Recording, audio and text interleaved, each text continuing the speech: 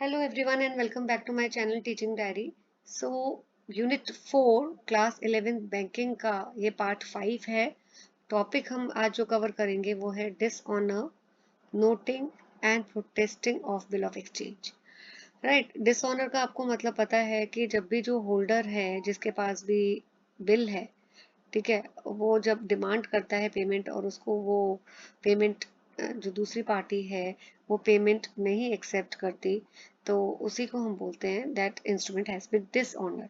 अब होल्डर की क्या रिस्पॉन्सिबिलिटी है? नोटिस उसको देना है डिसऑनर का सारी प्रीवियस पार्टीज को जो जिसको वो लाइबल रिस्पॉन्सिबल करना चाहता है, लाइबल होल्ड करना चाहता है। राइट, सो नेगोशिएबल इंस्ट्रूमेंट जो है वो डिसओनर होता है इधर बाय नॉन एक्सेप्टेंस और बाय नॉन पेमेंट। तो जो चेक और प्रोमिसरी नोट है वो डिसऑनर होते हैं बाय नॉन पेमेंट, लेकिन जो बिल ऑफ एक्सचेंज है वो डिसऑनर हो सकता है या बाय नॉन एक्सेप्टेंस और by non payment. What is dishonour bye non acceptance? So bill of exchange जो है वो डिसओनर हो सकता है bye non acceptance in the following means. अगर बिल जो है वो ड्रॉई को प्रेजेंट किया जाए एक्सेप्टेंस के लिए, राइट, और वो एक्सेप्ट ना करे within 48 hours of bill presented to him. जब भी उसको बिल ड्रॉई को प्रेजेंट किया है और विद इन 48 आवर्स वो अगर उसको एक्सेप्ट ना करे तो हम बोलते हैं जो बिल है वो डिसऑनर हो गया है। राइट, दूसरे केस में जब ड्रॉई जो है वो फिक्टिशियस पर्सन हो, इनकम्पिटेंट हो, या बिल जो है वो एक्सेप्ट किया है with qualified acceptance. Qualified acceptance का मतलब आपने किसी कंडीशन के साथ उसको एक्सेप्ट किया है, तो होल्डर उसको फिर डिसऑनर ही ट्रीट करेगा। देन ड्रॉई जो है वो इंसॉल्वेंट हो गया या he is dead. Right, and जब आप बिल को प्रेजेंट कर रहे हो एक्सेप्टेंस के लिए तो एक्सक्यूज दे रहा है ड्रॉई, तो हम बोलते हैं bill is not accepted. Now dishonour bye non payment, इसमें जब एक्सेप्टर जो है उसने बिल तो एक्सेप्ट कर दिया लेकिन अब वो पेमेंट नहीं कर पा रहा है, he fails to make payment. जब भी पेमेंट ड्यू होती है वो पेमेंट नहीं करता, तो हम बोलते हैं bill is dishonoured bye non payment. Effect क्या है डिसऑनर का? इफेक्ट ये है कि जब भी इंस्ट्रूमेंट डिसऑनर होता है by whatever reason, by non acceptance और बाय नॉन पेमेंट, तो जो अदर पार्टीज हैं वो they are responsible and they have to discharge their liability. ठीक है, जैसे आप एग्जांपल देखो, रवि ने, मैं लिख देती हूँ, रवि ने जो है बिल ड्रॉ किया मोहन को और मोहन ने ट्रांसफर कर दिया बिल सोहन को। तो मोहन जो है उसने he refuse to accept the bill, तो बिल डिसऑनर हो जाएगा। सोहन जो है he can now recover the money from Ravi also, drawer and other endorser. बाकी जितने भी इंडोर्सर्स हैं वो उनसे भी रिकवर कर सकता है और रवि से भी कर सकता है। राइट, लेकिन yes, one more thing is there.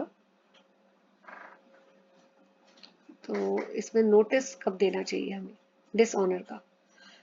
So notice जो है, नोटिस का मतलब क्या है कि आप इन्फॉर्म कर रहे हो, ठीक है, कि इंस्ट्रूमेंट डिसऑनर हो गया है। तो डिसऑनर किसी भी वजह से हो सकता है, नॉन एक्सेप्टेंस और नॉन पेमेंट। तो it notice must be given to the parties. उन सभी पार्टीज को नोटिस जाना चाहिए जिसको होल्डर जो है लाइबल लाइबल जो है होल्ड करना चाह रहा है। तो अगर notice of dishonour is not given by the holder, तो जितनी भी पार्टीज हैं other than maker or acceptors, they will be discharged or they will be free from their liabilities. Right, so इसलिए बहुत ज़रूरी है कि आपको नोटिस जो है वो टाइमली दे देना चाहिए, बाकी पार्टीज को इन्फॉर्म कर देना चाहिए। So holder must inform the other parties जिसको भी वो रिस्पॉन्सिबल होल्ड करना चाह रहा है। नोटिस किसको देना चाहिए? होल्डर को देना चाहिए, ऑब्वियसली। राइट, और उन सभी पार्टीज को देना चाहिए जिसको वो लाइबल बनाना चाह रहा है। एजेंट को भी, जो एजेंट है, अगर किस एजेंट जो है वो भी नोटिस दे सकता है डिसऑनर का। एग्जाम्पल से पढ़ते हैं। रवि ने बिल ड्रॉ किया मोहन को, और मोहन ने ट्रांसफर या इंडोर्स बोलते हैं कर दिया सोहन को। सोहन ने फर्दर इसको इंडोर्स या ट्रांसफर कर दिया अमित को। अब बिल डिसऑनर हो गया। अमित क्या करेगा, नोटिस किस किस को देगा, सोहन को देगा, राइट।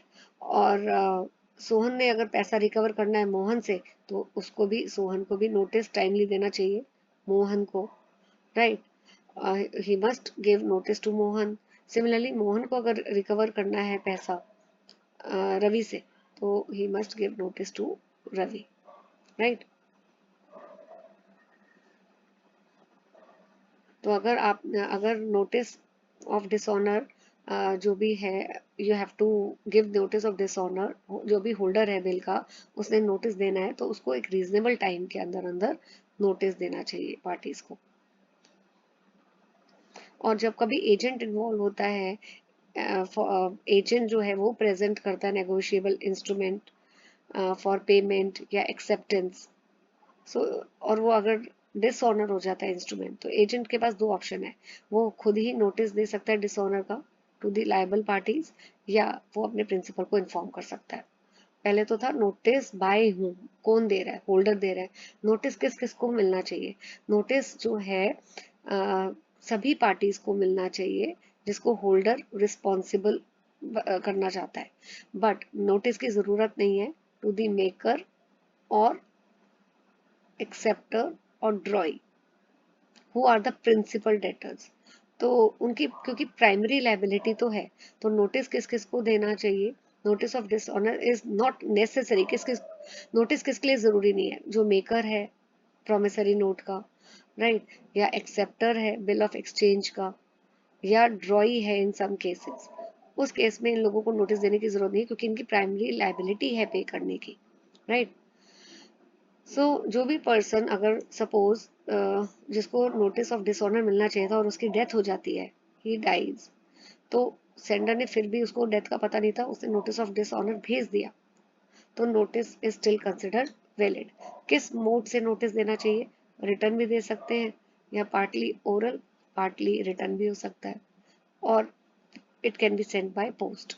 क्या रीजनेबल टाइम है, वैसे कोई रीजनेबल टाइम पता करना इट्स अ वेरी डिफिकल्ट, लेकिन in order to find out what is reasonable time, हमें ध्यान देना चाहिए कि क्या नेचर क्या है इंस्ट्रूमेंट का, राइट, डिस्टेंस कितना है पार्टीज के बीच में, एक्सेट्रा। तो रीजनेबल टाइम के लिए एक रूल बनाया है एज पर सेक्शन 106 कि नोटिस ऑफ जो डिसऑनर है वो डिपेंड करता है कि रीजनेबल टाइम पता लगाने के लिए जो होल्डर है बिल का और जिस पार्टी को नोटिस देना है, ठीक है, क्या वो अलग अलग जगह रहती है, डिफरेंट प्लेसेस। जैसे रवि रहता है दिल्ली में और मोहन रहता है मुंबई में, अलग अलग जगह रहते हैं। तो अब इस केस में रीजनेबल टाइम क्या है, जब दोनों अलग अलग जगह में डिफरेंट प्लेसेस में रहते हैं, तो इसमें लिखा है जो नोटिस है डिसऑनर का, it must be dispatch by the next post और on the next day, on the day next after the date of dishonour. इसका क्या मतलब है, अगर बिल जो है वो डिसऑनर हुआ है मंडे को, तो जो होल्डर है उसको नोटिस कब भेजना चाहिए, नेक्स्ट पोस्ट से, या नोटिस जो है नेक्स्ट पोस्ट से या next day, notice should be send,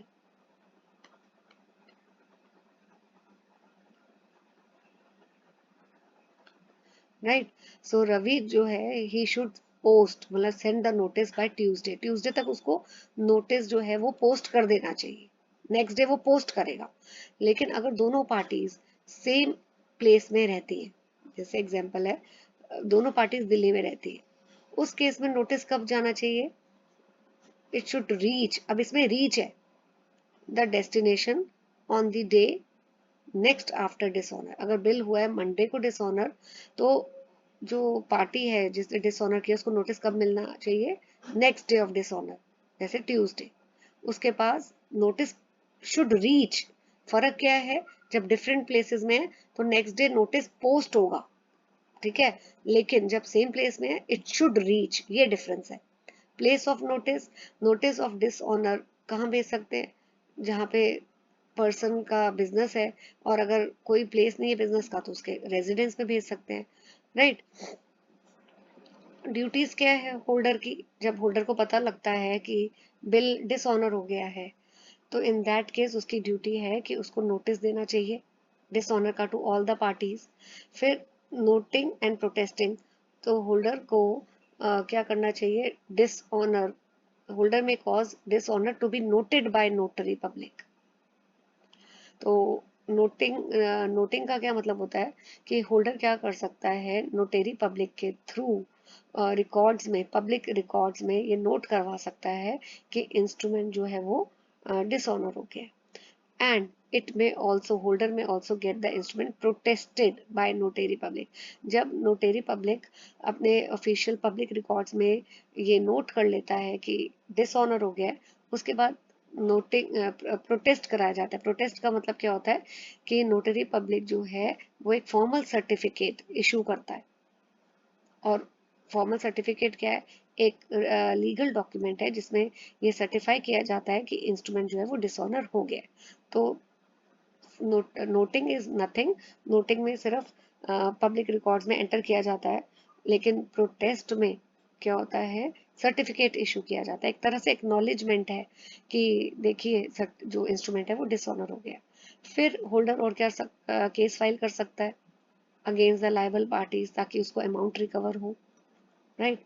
अब इंस्ट्रूमेंट्स एक्वायर्ड आफ्टर डिसऑनर, सो होल्डर जो है उसको नॉर्मली होल्डर जो होता है नेगोशिएबल इंस्ट्रूमेंट का, उसको he gets a good title.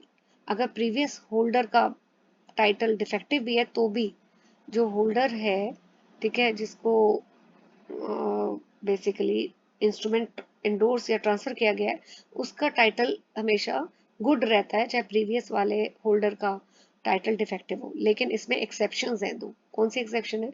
अगर इंस्ट्रूमेंट जो है वो मेच्योरिटी के बाद लिया गया है, एंड जब इंस्ट्रूमेंट लिया गया है after dishonour with notice of dishonour, तो उस केस में नए होल्डर का जो टाइटल है वो गुड नहीं होगा, it will be same as that of the previous holder. तो अगर प्रीवियस का डिफेक्टिव था तो उसका भी डिफेक्टिव ही होगा, राइट। सेक्शन 138 क्या बोलता है कि अगर डिसऑनर हुआ है चेक बिकॉज अकाउंट में जो फंड्स थे वो इनसफिशिएंट थे, तो उस केस में क्या होगा? पर्सन को पनिश किया जाएगा विद इम्प्रिजनमेंट, फाइन। फाइन कितना लगेगा? जितना चेक का अमाउंट था उसका डबल फाइन होगा, राइट। एक तो इम्प्रिजनमेंट हो सकती है या फाइन हो सकता है, और फाइन का अमाउंट कितना है? Twice the amount of cheque, और बोथ। लेकिन ये कंडीशंस तभी एप्लीकेबल होगी, मतलब सेक्शन 138 जो बोल रहा है कि इम्प्रिजनमेंट होगी या फाइन होगा, ये तभी अप्लाई होगा अगर ये कंडीशंस फुलफिल होगी। कंडीशंस क्या है? फर्स्ट कंडीशन हम देखते हैं। फर्स्ट कंडीशन में क्या लिखा है बेटा? So first condition is number 1, this is number 1, number 2 and number 3। तो नंबर 1 में ये लिखा है कि जो चेक है it must be presented with in the validity period. और वैलिडिटी पीरियड क्या है? चेक जो है वो प्रेजेंट करना चाहिए बैंक के पास within 3 months from the date of issue. तो अगर आप 3 मंथ्स के बाद बैंक के पास चेक लेकर जा रहे हैं और बैंक डिसऑनर कर रहा है, तब इम्प्रिजनमेंट नहीं होगी, फाइन नहीं लगेगा। लेकिन आप 3 मंथ्स के बाद अगर लेके जा रहे हैं ना, तब फाइन नहीं लगेगा। लेकिन अगर आप 3 मंथ्स के अंदर अंदर चेक बैंक को प्रेजेंट कर रहे हैं और बैंक उसको डिसऑनर कर रहा है, तब जो पर्सन जिसने ड्रॉ किया cheque, he will be either fine और he will be given imprisonment. Then second, अगर चेक डिसऑनर हुआ है, ठीक है, और पेई ने एक जो है रिटर्न नोटिस भेजा था. So within 15 days of receiving the information from the bank about dishonor. So पेई को जैसे ही बैंक से पता लगा था कि चेक डिसऑनर हो गया है, और जैसे ही उसको पता लगा उसके 15 दिन के अंदर अंदर उसने नोटिस भेज दिया. देखो यहाँ लिखा भी है.